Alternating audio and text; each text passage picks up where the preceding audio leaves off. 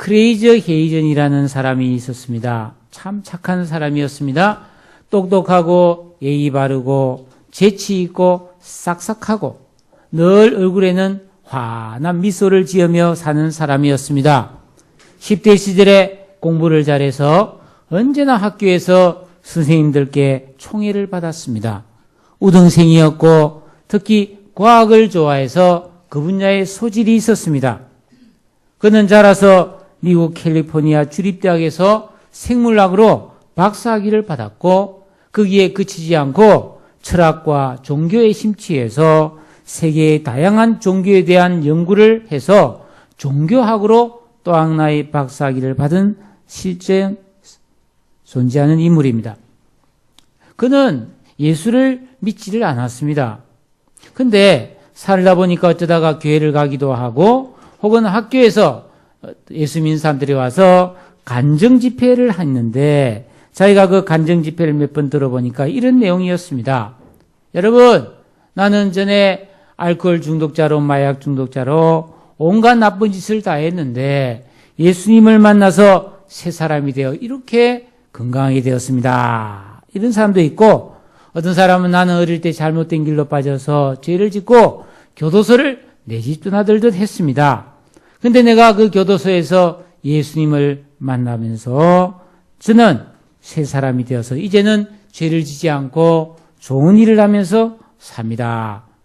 이런 간증을 들을 때 이 헤이전이라는 사람은 콧방귀를 팡 꼈습니다. 나는 술에 절어 살지도 않았고 죄를 지으면서 감옥에 간 적도 없고 누구한테 너 왜 그러냐 하면서 욕을 먹은 적도 없다는 것입니다. 항상 장래가 촉망되었고 칭찬받고 선하고 올바르게 살고 있기 때문에 내 인생은 계속 성공을 향해 나아가고 있다. 그렇게 자부심을 가졌기 때문이었습니다. 그런데 그가 종교학을 공부하다가 이 누가복음 15장에 있는 돌아온 탕자 이야기를 자기가 듣다가 충격을 받았습니다. 그러면서 어떻게 이런 일이 있을 수 있을까 생각해 보니까 나도 그 탕자의 아버지가 주는 그런 용서와 은혜가 필요한 사람이 아닐까라는 생각을 하게 되었습니다. 왜냐하면은 자기가 지금까지 공부도 잘하고 예절도 바르고 별 문제 없이 살아온 모든 날이 사실 알고 보니까 숨어서는 죄를 짓고 살았다는 걸 알게 됐어요. 그리고 성경을 읽는데 우리 로마서 3장 23절에 보면 모든 사람이 죄를 범하였음에 하나님의 영광에 이르지 못하더니 라는 말씀에 그 모든 사람이 죄를 범했다는 속에 자기 자신도 포함되는 것을 깨닫게 되었습니다.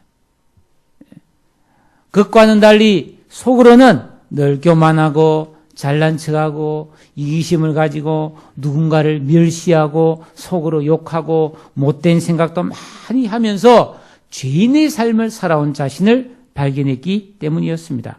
그래서 그는 자기가 죄인인 것을 인정하고 예수를 믿고 은혜를 경험하게 되었습니다. 그리고 그는 평생 이 하나님의 은혜에 대해서 그는 연구하기 시작했는데 성경을 보니까 성경에는 온통 하나님이 사람에게 은혜를 베풀어 주셨다. 이 말씀으로 가득 차인 것을 알게 되었습니다. 그리고 이 은혜는 명백하게 죄를 지은 죄인뿐만 아니라 평범하게 살면서 선하게 사는 사람들도 역시 은혜가 필요하다는 것을 알게 되었습니다. 그런데 더 놀라운 사실은 이 은혜와 자비라는 내용이 우리 성경뿐 아니라 거의 모든 종교에 다 들어있다는 것을 발견했어요. 그런데 더 이상한 것은 똑같은 은혜와 자비를 종교마다 이야기하고 있는데 그 내용이 또 전혀 다르다는 것도 발견했다는 거예요. 그게 은혜, 하나님의 은혜라는 책 속에 자세히 나와 있어서 제가 여러분에게 소개를 합니다. 그는 이 누가복음 15장에 돌아온 탕자 이야기야말로 하나님이 정말로 어떤 분인지를 가장 잘 보여주는 말씀이라고 생각합니다. 왜냐하면 여러분 우리가 잘 아시다시피 이 예수님이 하신 비유 속에 어느 마을에 두 아들이 살고 있었잖아요. 근데 둘째 아들이 아버지에게 아버지, 장차 아버지가 돌아가시면 유산을 남겨줄 텐데 그 유산 미리 좀 주십시오. 이 불효자식이지 않습니까? 그래서 아버지가 도저히 안 주면은 무슨 짓을 할 것 같으니까 어쩔 수 없이 유산을 미리 정리해서 주니까 이 아들이 그걸 돈으로 바꿔가지고 먼 나라로 가출을 해버렸어요. 그 먼 나라에 가서 그 재산을 판 돈을 가지고 허랑방탕하면서 지내다가 쫄딱 망해가지고 그 돈이 다 떨어지자 거지가 돼버렸어요. 그래서 돼지 치는 일을 하다가 돼지 먹이를 빼돌려가지고 배를 채우려고 하는데 너무너무 고생이 돼가지고 견디다가 안 되니 할 수 없이 자기 아버지 집으로 돌아오는 이야기 아닙니까? 한편 가출한 아들을 그리워하는 아버지는 날마다 하루도 빠짐없이 동구 밖에 나가서 아들이 오는지를 항상 기다리고 있었는데 어느 날 수년이 흘렀는데 저기 보니까 한 거지가 오고 있는데 딱 보니까 아들이라. 그 아버지가 손살같이 달려가서 그 아들을 덥석 안고 입에 입을 맞추고 여러분 좋은 옷을 입혀주고 신발을 신겨주고 손에 가락지를 끼워주고 집에 돌아와서 살찐 송아지를 잡아가지고 동네 사람을 불러다가 잔치를 했습니다. 우리 아들이 돌아왔다고. 우리 아들이 돌아왔다고. 이렇게 환영을 해줬다는 거죠.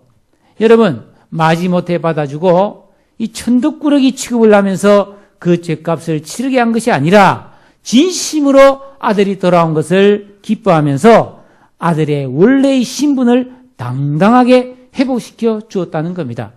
이것이 하나님께서 우리들에게 하시는 일이라는 거예요. 과분한 은총인데 여러분 이런 은총과 자비는 이 세상 어느 종교에도 없다고 그렇게 말했습니다. 그 책에 보니까 이 불교 문헌에도 이와 비슷한 이야기가 나오는데 어느 마을의 한 아들이 부모에게 반항을 하고 집을 떠나서 수년 동안 배회하다가 그 실패자가 되어서 어쩔 수 없이 자기 집으로 잘못을 깨닫고 돌아왔습니다. 그런데 그 아들은 집에 돌아와서 수행을 통해서 자기 잘못을 갚아야 했는데 그 책에 보면 그 아버지는 아들에게 25년 동안 똥을 치게 했다고 되어 있어요. 똥을 치면서 고되게 그 죄값을 치르게 하고 용서를 받았다고 되어 있습니다. 그러면 요즘 참 이슬람교가 우리 귀에 많이 들려오는데 이 이슬람교회는 어떻게 하는가? 이슬람에는 이런 비유가 없다는 겁니다. 왜냐하면은 여러분 이슬람을 믿는 사람은 절대로 가출했다가 집에 돌아오지 않는다는 거예요. 왜냐하면 이슬람은 이 가문의 명예를 매우 중요시하기 때문에 아들이 가출하면은 이 집안은 가문의 수치를 당한 거예요. 그래서 이건 절대 용서할 수 없는 거예요. 그래서 그 중에 형제나 누가 그 아들을 뒤따라가서 죽여버리는 이 명예살인이라는 거예요. 명예살인이라는 거예요. 혹시 돌아온다면 평생 집에서 주인 취급을 받으면서 고생을 통해서 그 죄값을 갚아야 하는 것이 이슬람의 법이라는 겁니다. 특히 여러분 이 이슬람의 종교의 특징은 자신의 힘으로 구원을 찾아가야 되는 거예요. 구원을 찾으려면은 악행보다 선행을 많이 해야 되는데 사람이 살다 보면 좋은 일도 하고 착한 일도 할 수 있지 않습니까? 그런데 선행이 악행보다는 조금이라도 더 많아야 되는 건데 자기가 살아오면서 선을 많이 행했는지 악을 많이 했는지 이게 불안한 거예요. 그래서 어떻게든 기회가 있으면 선을 많이 쌓으려고 노력하는데 그 선을 쌓는 방법이 무슬림의 5가지 중요한 삶의 의식이라고 합니다. 그 첫째가 샤하다라고 하는 건데 신앙 고백입니다. 알라 외에는 신이 없고 무함마드는 그 알라의 유일한 선지자입니다 하는 그 고백을 항상 인정해야 되는 거예요. 두 번째로는 하루에 5번씩 성지 메카에 있는 카바 신전. 우리 가끔 라마단 기간이라고 해가지고 그 순례자들이 막 진짜 빽빽하게 모여서 신전을 찾아가는 그 영상을 보지 않습니까? 거기 가는데 그 신전 쪽을 향해 기도하는 의식을 하루 5번 해야 돼요. 그리고 반드시 모든 수입, 자기 재산의 2.5%는 신에게 바쳐야 합니다. 그리고 신체적, 재정적인 여건이 허락하는 사람은 평생 한 번은 무함마드의 출생지인 메카로 하지, 순례를 가야만 합니다. 그리고 또 하나 중요한 것인데 라마단이라는 겁니다. 음력 9월 30일에 음력 9월에 30일 동안 아침 동이 들 때부터 해질 때까지 금식을 해야 돼요. 30일 동안. 근데 여기에도 참 허점이 많아요. 부자들은 신에게 많은 재산을 바치게 되면 금식이 면제됩니다. 그 똑같은 선이 되는 거예요. 그러면 금식 행위로 쳐주는 거죠. 근데 어떤 가난한 무슬림이 열심히 금식을 했는데 30일 동안 열심히 금식을 해도 불안한 거예요. 왜냐하면 그 책에 이런 예화가 나와요. 어떤 무슬림이 30일 동안 열심히 금식을 해요. 근데 어느 날 의자에 앉아서 졸다가 머리가 뒤로 제쳐져 버렸어요. 입이 딱 벌어졌는데 그게 먼지가 들어간 거라. 근데 그 먼지가 흙먼지면 괜찮은데 방앗간에서 날아온 먼지면 무효가 된다. 근데 이 사람들은 더 놀라운 것은 아침 해 뜰 때부터 해질 때까지 금식을 했다 치더라도 해가 지면 엄청나게 먹어야 됩니다. 그래서 이 무슬림의 금식 기간에 가장 고기 소비가 많고 음식 소비가 많습니다. 왜죠? 행위 종교죠. 그죠? 명목만 그렇게 하는 겁니다. 네? 여러분, 무슬림들은 항상 두 천사가 오른쪽 어깨와 왼쪽에 앉아서 다니면서 장부를 펴고 오른쪽에 있는 의사는 착한 일을 기록하고 왼쪽에 있는 천사는 나쁜 일을 기억해서 나중에 이 장부를 마지막 심판 때에 알라 앞에 가져가면 알라가 보고 이 사람을 천국으로 보낼지 지옥으로 보낼지 결정하는데 그때 알라의 기분에 따라서 보내줄 수도 있고 안 보내줄 수도 있어요. 그 자비를 받을 수도 있고 못 받을 수 있기 때문에 그때 가봐야 이제 구원이 아는 거예요. 그러니까 항상 불안한 거죠. 어떤 경우에도 구원의 확신을 가질 수가 없어요. 이 무슬림은. 그렇기 때문에 한 가지 방법이 있습니다. 확실하게 100% 천국에 들어갈 수 있는 길이 있다고 무슬림은 가르칩니다. 그것이 뭐냐면 첫째, 순례를 가다가 메카에서 죽으면 됩니다. 그러니까 작년에 왜 그 사고가 나가지고 많은 무슬림이 죽었지 않습니까? 그 사람 천국 가는 거예요. 그러니까 아무도 그것 때문에 데모를 할 수가 없는 거죠. 또 하나는 알라를 위해서 성전, 전쟁에서 죽는 겁니다. 그래서 몸에 폭탄을 두르고 자폭을 하는 사람이 바로 천국 가기 위해서요. 이 두 가지만 하면 아무리 죄를 지어도 천국 갑니다. 그 증거가 있어요. 여러분 9.11 테러 사건 때 이 무슬림들이 말이죠. 비행기를 몰고 미국의 무역센터를 들이받았지 않습니까?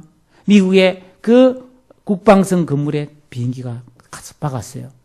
그런데 그때 그 테러를 한 무슬림들의 행적을 조사해 보면 그 비행기를 타기 전에 말이죠. 그 이슬람교가 금지하는 그 스트립쇼 클럽에 가가지고 엄청나게 술을 마시고 방탕한 짓을 하고 그 비행기에 올라탔다는 겁니다. 왜 그랬냐?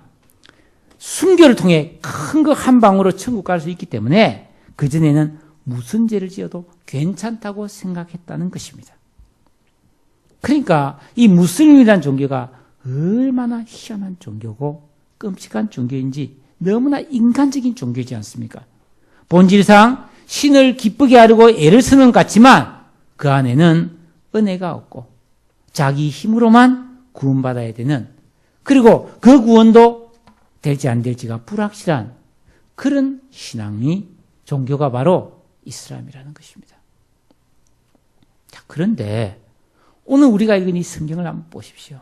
2절에 우리가 그로 말미암아 예수로 말미암아 믿음으로 쓰이는 이 은혜에 들어감을 얻었으며 예수 그리스도를 믿음으로 말미암아 은혜의 세계 속으로 우리가 들어갔다고 말하고 있습니다.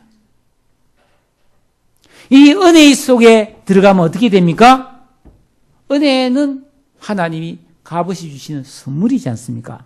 이 선물은 우리의 모든 부족한 것을 하나님이 책임져 주신다는 의미인 것입니다.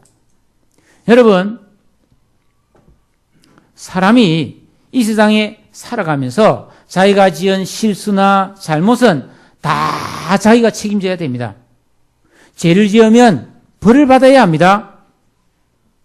그런데 은혜 속에 들어가면 그 우리의 실수와 잘못을 하나님께서 책임져 주신다는 것입니다. 마치 이와 같습니다. 고아원에 있는 고아들은 어떻습니까? 잘못하면 혼쭐이 날 수밖에 없어요. 벌을 받을 수밖에 없어요. 혹시 가출해가지고 그 조폭들 밑에서 앵벌이를 하거나 이러면 조금 잘못하면 사정없이 매를 맞고요. 학대와 구박을 받습니다. 그런데 가정에서는 어떻습니까? 예. 특별히 자녀가 실수하고 잘못을 한다 할지라도 부모는 그 아들을 처벌로서 키우는 것이 아니라 그 아이가 바로 설 수 있도록 도와주고 용서해 주시는 거예요. 여러분, 마찬가지로 우리가 예수를 믿게 되면은 하나님은 우리를 자녀로 삼아 주십니다.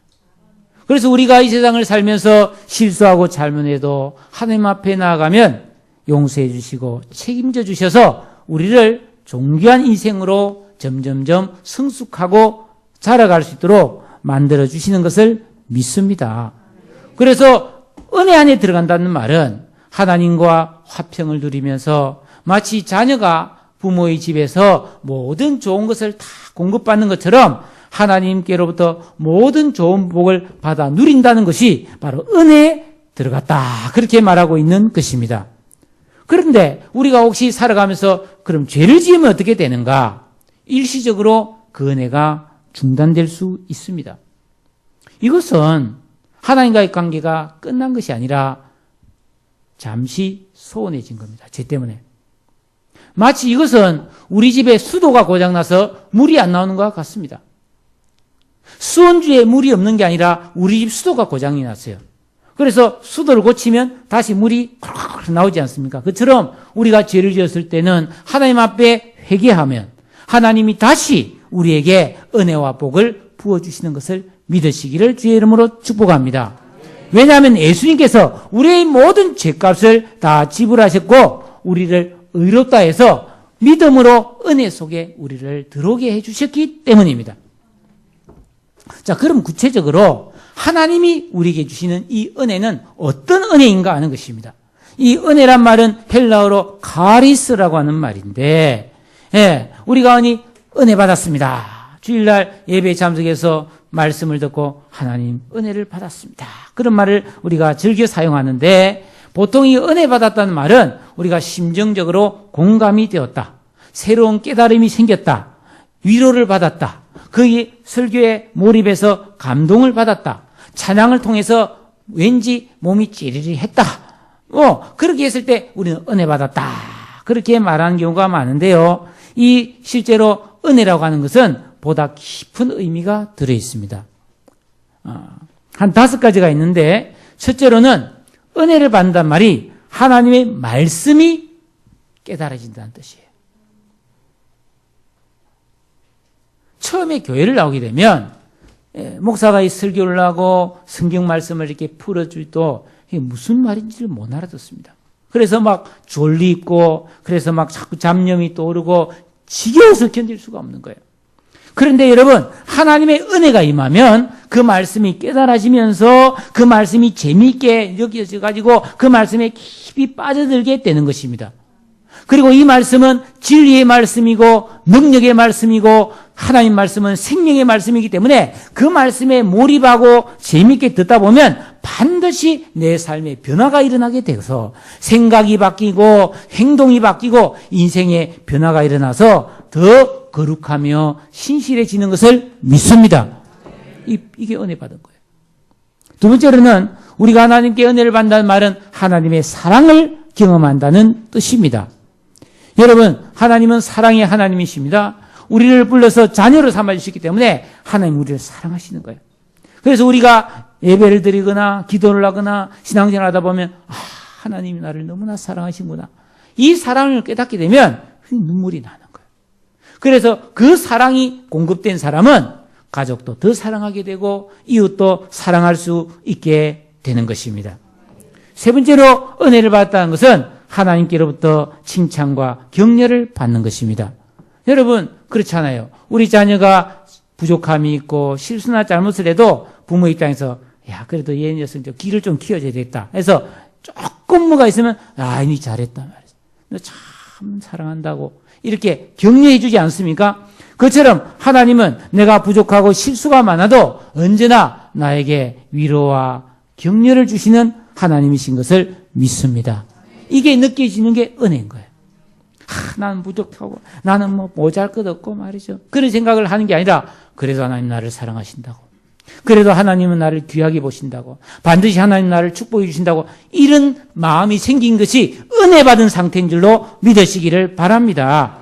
네. 또 한 가지는 하나님의 기쁨이 내 안에 임하게 되는 거예요. 여러분, 이 세상에 살다 보면은 속상하고 불평과 원망을 가지고 늘 그냥 화가 나고 그렇게 살기가 쉽습니다.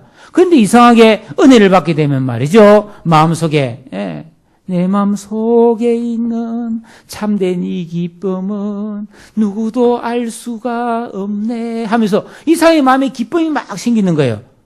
여러분, 이상하게 기쁜 마음이 생기는 사람, 은혜 받은 사람이라는 사실입니다. 그래서 마음의 변화가 일어납니다. 예수님을 닮아갑니다. 그래서 여러분, 우리가 은혜를 받으면 반드시 그 사람의 삶이 변화되게 되는 거예요. 얼굴이 변하고 행동이 변하고 말이 변하고. 그런데 제가 보니까요, 어떤 사람은 확 바뀌는 사람이 있어요.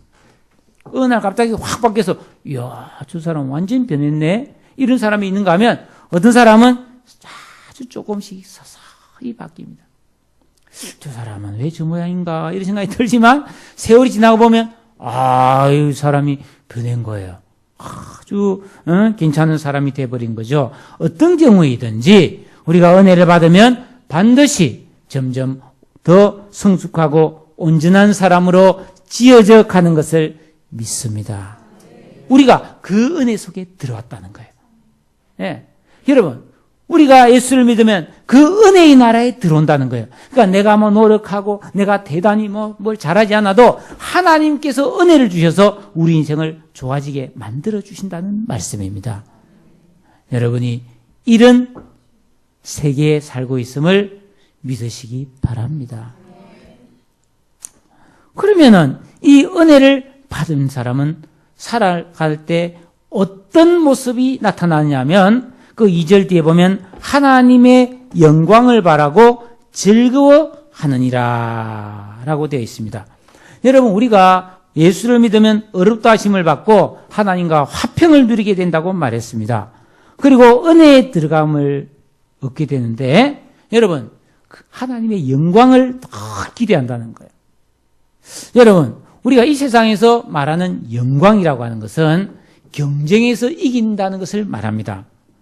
시합에 나가서 이기거나 시험에 합격해서 남한테 인정받고 높아지고 인기를 얻으면 그 사람은 영광스럽다 그렇게 말합니다.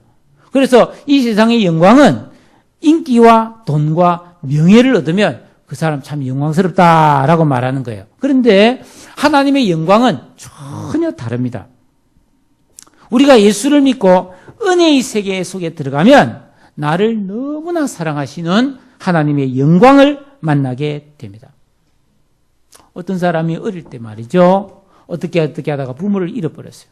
그 고아원에서 자랐는데 그 고아원에서 온갖 천대와 멸시와 구박을 받으면서 코를 찌릿 흘리면서 말이죠. 그렇게 나중에 자라서는 과원을 나가지고 온갖 고생하면서 외롭게 살다가 기적적으로 말이죠. 헤어졌던 훌륭한 부모님을 만났대요. 알고 보니까 이 부모님은 평생 이 아들을 찾아다녔어요. 알고 보니까 이 아버지도 어머니도 너무 훌륭한 분이고 아주 부유한 분이에요. 그럼 어떻게 되겠어요? 지금까지 외롭게 살면서 겪었던 모든 서름과 고통이 다 치유돼 버리는 거예요. 예? 그리고 너무나도 소중하고 아름다운 나 자신을 발견하게 되는 거예요. 내가 지금까지 고한 줄 알고 난 참 별볼일 없는 인생인 줄 알았는데 그 아버지의 어머니가 만났더니 너는 내 아들이다. 내가 너를 얼마나 사랑한 줄 아느냐 하면서 막 지금까지 못 해준 거 내가 다 해줄게 이러면서 말이죠. 얼마나 사랑해 주겠습니까?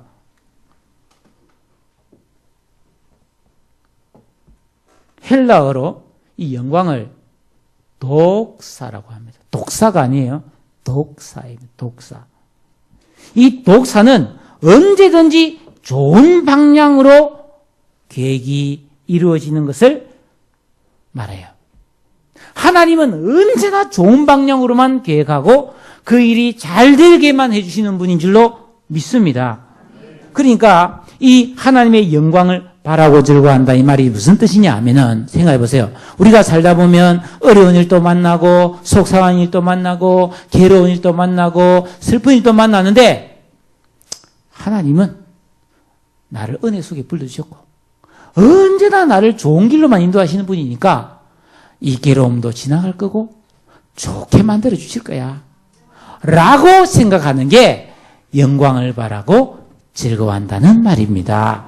할렐루야. 예. 왜냐하면 하나님은 좋은 것이 아니면 우리에게 절대로 주시는 분이 아닙니다. 그래서 로마서 8장 28절에 뭐라 그랬어요? 하나님을 사랑하는 자, 곧 그 뜻대로 부르심을 입은 자들에게는 모든 것이 합력하여 뭐가 된다? 선이 된다.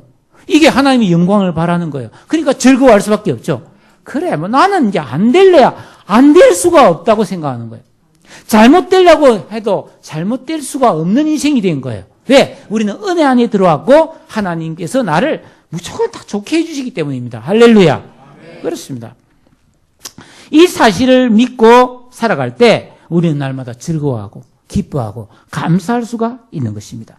하나님을 믿고 신뢰함으로 현재에서 일어나는 모든 일들 속에서 하나님의 영광을 기대하게 되고 미래에 내가 너무나 잘 될 것을 확신하기 때문에 감사한 거죠.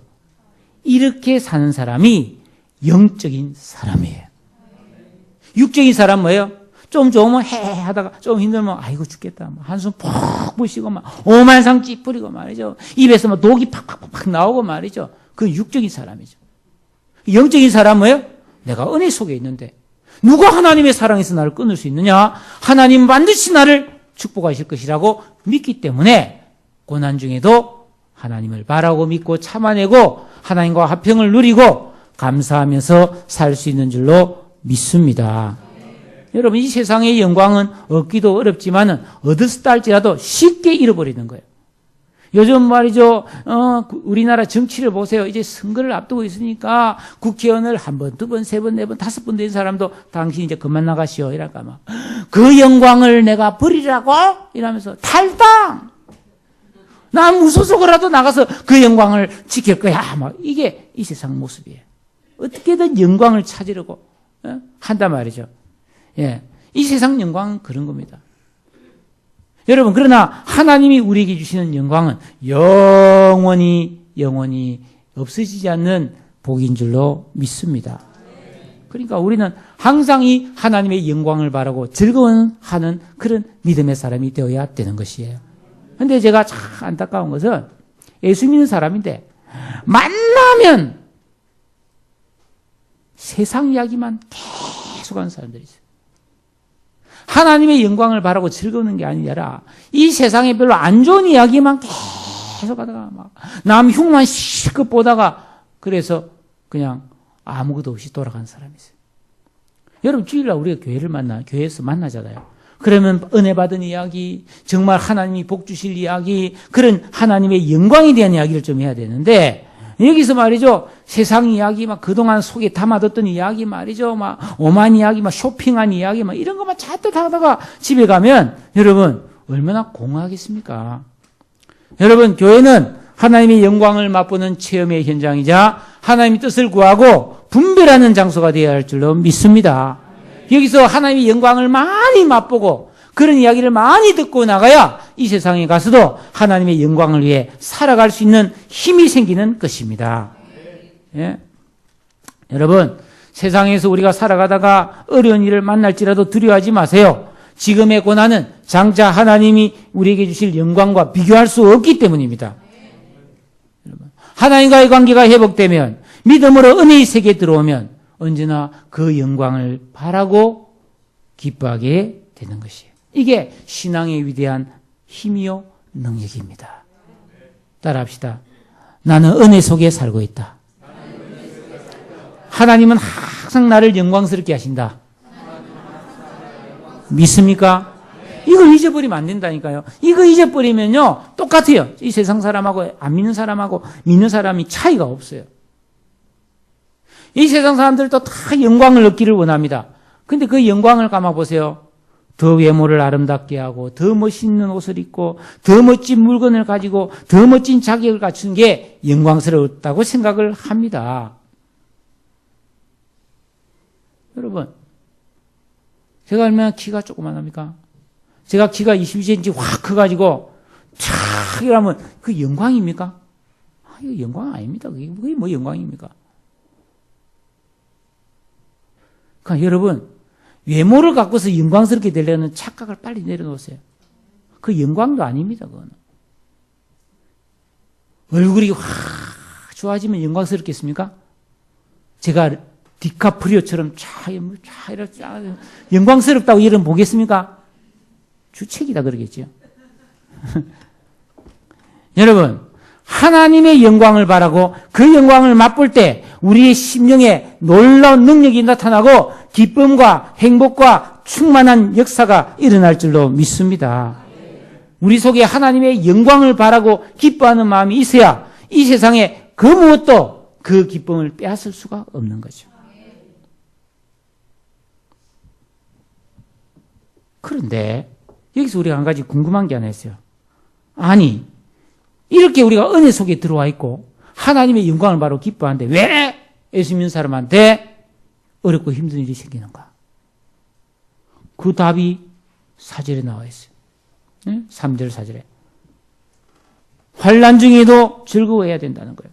어려운 일이 와도 왜? 환난은 인내를, 인내는 연단을, 연단은 소망을 이루기 때문이라는 것이죠.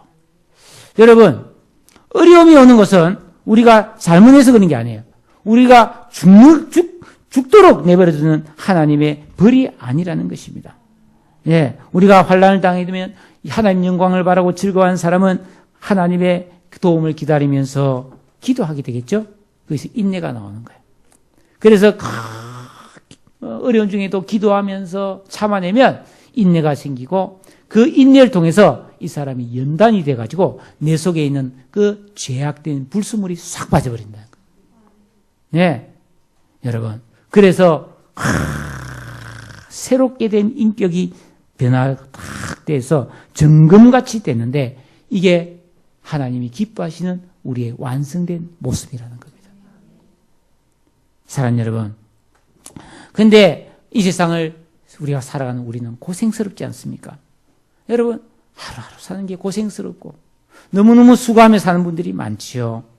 예. 그런데 우리는 은혜 속에 있고 하나님의 영광이 언제나 우리를 위해서 준비되어 있는데 그거는 영적인 거기 때문에 우리가 눈으로 보이지 않습니다. 그리고 기도를 좀 하고 하나님을 막 의지해도 금방 결과가 눈으로 보이지 않습니다. 그렇지만 우리는 믿어야 돼요. 그래서 로마서 8장 24절 그 성경에 이런 말이 있습니다. 우리가 소망으로 구원을 얻었으므로 보이는 소망은 소망이 아니니 보는 것을 누가 바라리요? 만일 우리가 보지 못하는 것을 바라면 참음으로 기다릴지니라. 이게 신앙생활이라는 거예요. 이게 신앙생활이라는 겁니다. 사랑하는 여러분, 그러니까 우리가 이 믿음으로 내가 은혜 속에 있다. 하나님은 언제나 나에게 좋은 계획을 갖고 있고 반드시 축복해 주신다는 이 영광을 바라고 즐거워하는 믿음을 갖고 살아야 되는데, 성경도 안 보고 기도도 안 하고 예배 생활을 소홀히 하면 그게 안 생각납니다. 분명히 하나님이 이런 은혜를 주었는데도 몰라요. 잊어버리기 때문에. 그러면서 막 불안해하고 걱정하고 아침에 일찍 일어나서 늦게 누우면서 수고의 떡을 먹으면 헛되게 돼버려요. 그래서 여러분 자주 예배에 나오고 기도하고 주일 되면 오후 예배도 나와야 되는 거예요. 예? 시간이 되면 수요일도 나와야 되고 철야에 나와서 기도도 하고 그래야 하나님의 말씀이 생각나고 자기의 신분과 내가 정말 어떤 사람인가를 알고 은혜 속에서 살아가는 그리스도의 사람이요 하나님의 자녀된 복을 맛보면서 살 수가 있는데, 이 영적인 걸 자꾸 놓쳐버리니까 그냥 똑같이 고생하면서 사는데 이게 무덤덤한 거예요. 내가 예수 믿는 거 맞나 싶단 말이에요. 사랑하는 여러분, 오늘은 2000년 전 예수님께서 우리의 죄를 대신하여 십자가를 지시기 위해 그 어린 나귀를 타고 예루살렘으로 입성하신 종려주일입니다. 예루살렘에 많은 사람들이 그 사람 손가락같이 생긴 이 종려나무 가지를 꺾어들고 호산나, 다윗의 자손이여, 그의 나라여 하면서 막 찬송하리로다 하면서 예수님을 환영했지 않습니까? 예수님은 그 예루살렘에 왕으로 들어가셨지만 죽으로 들어가셨어요. 왜 예수님이 예루살렘에 죽으로 들어가셨는가? 그 죽음을 통해서 우리를 이 각박한 죄악 세상에서 은혜의 세계로 들여보내 주시기 위해서라는 거예요. 예수님은 죽으로 들어가셨습니다. 그런데 그냥 죽으로 들어간 게 아니에요. 히브리서 12장에 보면 그 앞에 있는 즐거움을 위하여 십자가를 참으사 부끄러움을 겪지 않고 십자가를 짓다고 그랬어요. 즉 하나님의 영광을 바라는 즐거운 마음으로 십자가를 지셨어요. 예수님. 그래서 그 십자가 뒤에 하늘 보좌에 올라가서 만왕의 왕이 되지 않았습니까?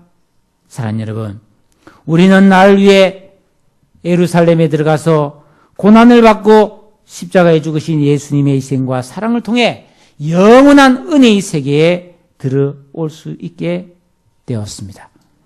하나님은 우리에게 은혜를 주십니다. 그래서 말씀을 주시고 사랑을 주시고 격려해 주시고 칭찬해 주시고 기쁨을 주시고 우리를 변화시켜 주십니다. 어떤 슬픔과 고통 속에서도 우리를 극복하게 하시고 잘되게 해주시는 은혜의 세계에 살아가고 있으므로 이 사실을 잊지 말고 항상 하나님의 영광을 바라고 즐거워하는 믿음의 사람들이 다 되시기를 주님의 이름으로 축복합니다. 그 능력으로 잘 되시기를 축복합니다. 그 믿음으로 기뻐하시기를 축복합니다. 그 능력으로 승리하는 우리 모두가 되시기를 우리 주 예수님의 이름으로 축복합니다. 기도하겠습니다. 우리 오늘 이 말씀을 생각하면서 그렇구나. 내가 예수 믿고 은혜의 나라로 들어왔구나. 내가 다 책임지는 그런 각박한 세상이 아니라 하나님이 다 용서해 주시고 사랑해 주시고 격려해 주시고 축복해 주시는 은혜의 세계에 있음을 알고 감사하고 이 믿음을 잃지 않고 살게 해달라고 다 같이 기도합니다. 사랑해 주님, 은혜와 사랑을 감사합니다.